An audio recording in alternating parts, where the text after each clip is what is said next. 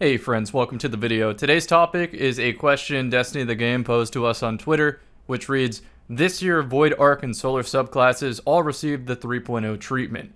Before Lightfall arrives on February 28, 2023, what was your favorite build from this year? I find it kind of difficult to narrow down a favorite since I do play every class, every element, every weapon to some degree.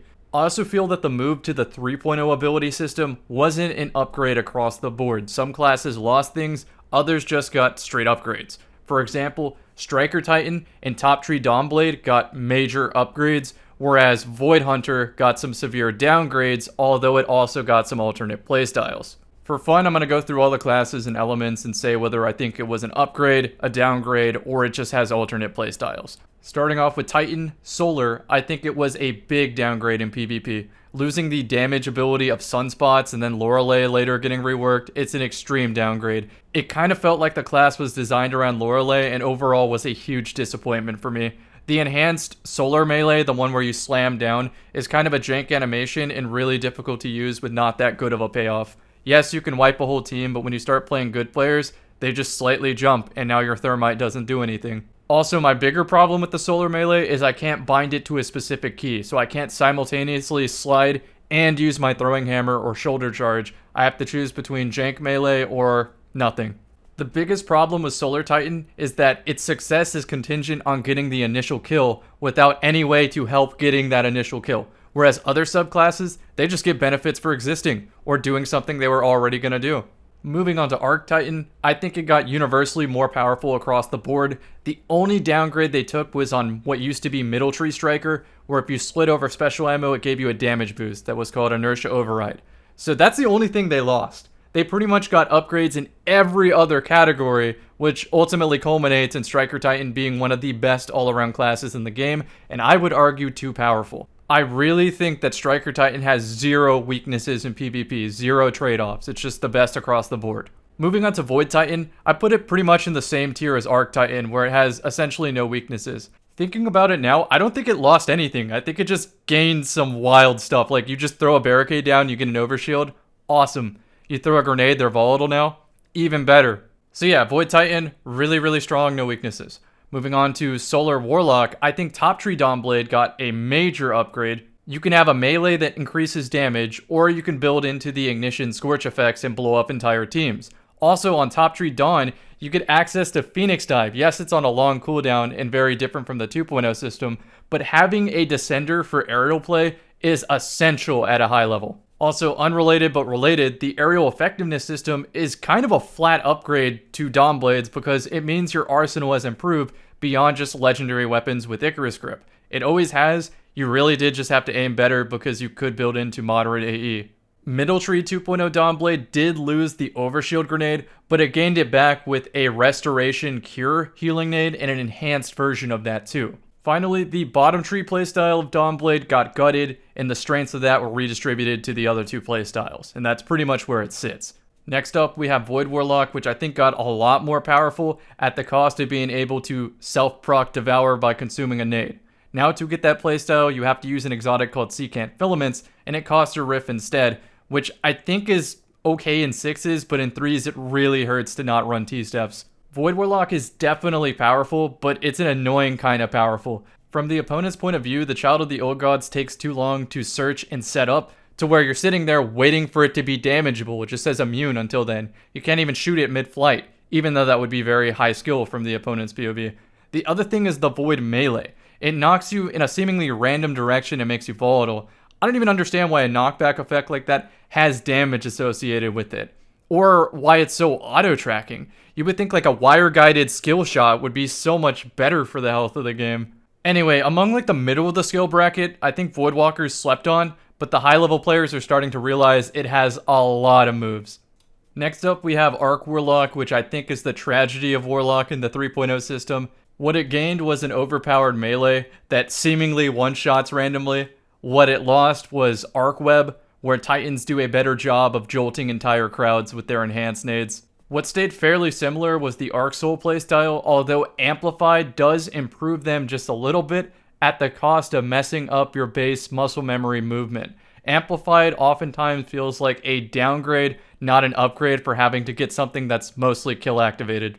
Regardless if the slide, extra height, or speed booster is worth it, it just feels so jarring to have it activate mid-gunfight when I least expect it. Okay, moving on to Hunter. Solar Hunter got universal upgrades and maybe the biggest out of any of the subclasses.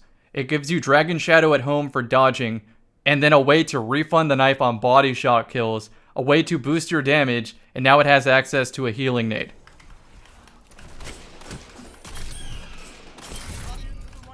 Yeah, Gunpowder Gamble is absolutely the coolest thing they've added to the game. And yes, it is throwing. It is a downgrade as opposed to just getting Dragon Shadow or the other thing, but it's awesome, so I run it for that reason. Next up is Arc Hunter, which I think is really good, but when compared to Striker Titan, it definitely feels overshadowed for what it's trying to accomplish. What it does have that's unique is Blink. What it lost that was unique was its dodge. Titan has Thruster too. Its activation criteria for the enhanced melee is also a lot easier. Hunter, you have to use your dodge to have enhanced, but on Titan, you have to break their shield. So if you think about it, Titan gets to maintain their dodge in the heat of combat if they want the enhanced lunge. Hunter has to throw it away. I will say though, the arc wave melee on Hunter is really good, but I think shoulder charge on Titan is better because you become the arc wave and it's a movement tool. So overall, I think Striker just does almost everything except Blink better than Hunter. So even though I think Hunter's still really strong, Titan is that much stronger. Last but not least, and part of today's topic, is Void Hunter. I think the 2.0 system was superior to the 3.0 system, with the exception of being able to add Devour to your toolkit. So here's what the trade-off was. We lost enhanced sprint speed on top tree, we lost crouching wall hacks on middle tree, we lost maxed out stats on bottom tree. What we gained was the ability to wall hack off of enhanced nades or smoke kills. What we also gained was the ability to proc Devour under a weaken headshot or a double kill to create an orb of light. And we might even have void breaches in the future, which make this even more powerful, but I still think what we lost in 2.0 was arguably greater because they didn't have a strict activation criteria. You kind of just played the game. And I'm not even getting into individual invisibility nerfs. Obviously, having chainable invis that stayed off the radar nearly entirely was way more powerful than anything 3.0 can bring to the table. I'm not even talking about that here. So, moving on. Now that I talked about all the 3.0 changes, let's talk about relative power level. I think Arc Titan is a little too strong, and I think Solar Titan is a little too weak. We need to be able to meet somewhere in the middle that is like a balanced version of Arc Warlock, and I think the game would be a lot more healthy. But of course, that's speaking hindsight, where I've played many hours of the past couple seasons, and obviously, once you're creating a bunch of new dials to turn, it's not going to be perfect the first pass through. So I hope a couple more balance passes and ability 3.0, 3.5, whatever they call it, is going to be an upgrade across the board and feel a lot better to play, and you'll be able to really refine a playstyle, kind of like I have done in the background with Void 3.0. Even though I do think Void 3.0 is weaker, this is one of those alternate playstyles that I find so fun, I don't even care if it's weaker. So now I'm going to gush about this playstyle and talk an overview on it real quick before I show you specific perks and what exactly is going on under the hood. Let's start with the exotic armor and the exotic weapon. The exotic armor is Mechanist's tricksleeves, which gives a bonus to aerial effectiveness so I can play in the air. That right there is worth it. The second bonus is if I'm critically wounded and swap to a sidearm, I get enhanced damage. The thing is though, that's kind of high risk reward, right? So if you're weak, of course your opponents are going to push and they're going to kill you in one remaining shot, right? Wrong, because I also have invis to manipulate the radar. So ideally, I get weak, switch to my damage bonus, then use invis to reposition so I'm guaranteed first shot on my opponent, thus equalizing the gunfight. That is the heart and soul of this. The exotic weapon I use is Forerunner, which is an exotic sidearm that kind of feels like a hand cannon, but with this much of an AE bump, it is an accurate hand cannon in the air, and it's at 200 RPM. So it's like if Mida multi-tool could 3-tap. It's also 20 zoom, just like the multi-tool. But it is a sidearm, so it gets to leech other sidearm mods. I know that this is going to change in the new armor mod system, but for today's video at least, my kinetic weapon and my energy weapon share the same mods. Both are sidearm targeting, both are sidearm unflinching. That's amazing. Sidearms in general are one of the most potent close quarter weapons in the game. I think even more so than some SMGs, especially if you're a controller user. You can see it in the background gameplay when there's a controller and when there's M&K being used, because it's very apparent. If you're ever asking the question, that looked pretty on target, I wonder why that didn't connect. Mouse and keyboard. Some of this footage is also before the giant sidearm buff where they suddenly became usable on mouse and keyboard, and that helped a lot, but overall I think it made them way too powerful on controller, and it's kind of like a monkey paw scenario where it's like, yeah, I got my wish, they're usable on mouse and keyboard, but now they're also still so powerful on controller that I might as well still just use controller. Anyway, back to playstyle here. It's pseudo double primary from Destiny 2 Season 1, the part of the game that I enjoyed because I feel that primary gunfights leave a lot more opportunity to prove you're more skilled than your opponent, and it leads to just more interesting gameplay in general. There's also this mini game with Devour and Mechanist tricksleeves that I have to constantly decide, do I want a damage bonus or do I want a way to instantly refill my health? So the way Devour works on not Warlock is you have to pick up an orb of light and have a fragment on that allows you to get Devour. You can create orbs in the following two ways. You either get a double kill with a proper elemental or kinetic weapon. You have a helmet mod that does that. Or you have a void fragment that says if an opponent is weakened, this is by your smoke melee or your weakened grenade fragment, and then you headshot the opponent who is tagged by one of those two things, it also creates an orb. Then, of course, your teammates can create orbs either the same way or through using their super, and that orb will just be laying around the battlefield, which you can think of as a health pack.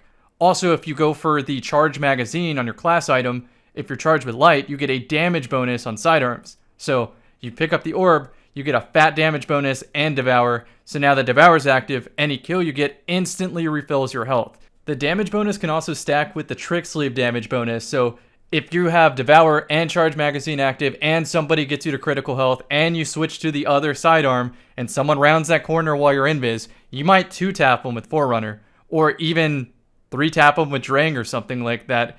And just like that, if you win that gunfight, you're back to full health and you might be able to chain a double kill or some sort of ability kill from there on. And this build overall it has the potential to let you go 7th column mode after just the second kill. I find that to be wild and so much fun in PvP. Anytime I watch a VOD back of me playing this build, I always have an answer for what I could have done better to see the 7th column through. That right there is what keeps me coming back to this build. I feel like I improve not just on aim, but on decision making with what to do for the kit every time I play it. And at its core, it's still double primary, which I find even more fun. So now that you know the overview and my goals with this loadout, let's look at the specifics. We have the Forerunner with the Rock Catalyst, so if I get a kill and reload, it converts 4 bullets to a grenade, and that does combo with my smoke bomb, so I can throw a wombo combo. The energy sidearm I use depends on input device. If I play mouse and keyboard, I usually go Brigand's Law with enhanced hipfire, or Forgiveness with Harmony or Adrenaline Junkie, depending on what mode I play, and how likely I am to run out of Forerunner ammo. If I play controller, Drang is so much stronger than the competition, I just use that. And sometimes I will even use Sturm with it instead of Forerunner because it still is that powerful. If I'm using Gear Falcon, I'll typically use the Fioratura 59 sidearm. I did a video on that the other day. And if it's a giant map, I will switch to a bow with Forerunner and kind of have this bow swap playstyle. Keep in mind, Mechanist tricksleeves does give faster swap speed to sidearms, including Forerunner.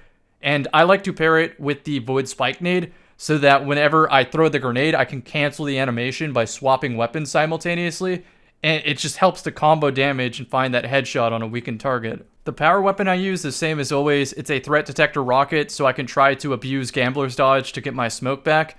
The helmet you can see has sidearm targeting, an elemental siphon, and then taking charge. I can switch that to kinetic if I ever switch sidearms or if I want more Forerunner kills, or I can change the element to solar, and the mods stay the same. For gloves, I have Powerful Friends for mobility, sidearm reloader. I have a Radiant Light on the chest with sidearm unflinching. On the boots, I have Swift Charge, so that sidearm double kills charge me with light, which then activates surprise attacks, which is a better version of high energy fire for a damage bonus for specifically sidearms. Moving on to aspects, I run Invis Dodge and then Stylish Executioner. For fragments, I run Starvation for Devour, Harvest, so I can make more orbs, Dilation, because I want the enhanced radar and better sneak, and then undermining so that my spike nade applies weaken, which helps do all the other things. As far as super goes, just run whatever you want. It really doesn't matter. I like tether because I have to be really proactive with it to see success. Like I'll have to put it on the floor and shoot it to have it activate early just to catch a missile titan who didn't like me that match. And it's so satisfying to do every time. The final thing to mention is the stat split. I go 10 mobility for a faster dodge, 10 resilience so that if I see another one of these builds out in the wild, they cannot 3-tap me with Forerunner. If I had 9 resilience, I would die to a Forerunner 3-tap. By the way, most Titans will survive because they run 10. And then the final stat is recovery, which I keep as low as possible. I think it's 1 or 2 when I run this. And the reasoning is that's a longer time I have to abuse the Mechanist tricksleeves damage bonus, which ultimately makes this build more fun, although it could arguably make it more weak because I'm in less gunfights to begin with. I ended up making 2 similar builds with the same idea, where I used Lucky Pants and Last Word with 2 resilience, 10 mobility, 10 recovery, so that I can be in more gunfights but have a similar playstyle. I could still do the double primary thing too by running an energy 120 hand cannon and then Last Word to act as like a pseudo submachine gun. And it is still pretty fun, although I don't think it has as many layers as this Mechanist tricksleeve setup, so I ultimately just like that one better. The Halo cosplay has a lot to do with it. I really like Forerunner, and I really like the BR, but I like the BR better when it was 20 zoom. Sorry, I'm going to bring that up every opportunity I have. Anyway, I hope y'all enjoyed the video. I hope you give this loadout a try. I will remember to put the dim link in the description so you can copy exactly what I did, and then I will update this in Lightfall. Out of all my Artifice armor, this was the very first build that got first picks on my highest stat roll Artifice armor, because I wanted to make sure that I had this playstyle. I chose fun over competitiveness and over function. This is the most fun build of the 3.0s. Again, I don't even care if it's weaker than the 2.0s.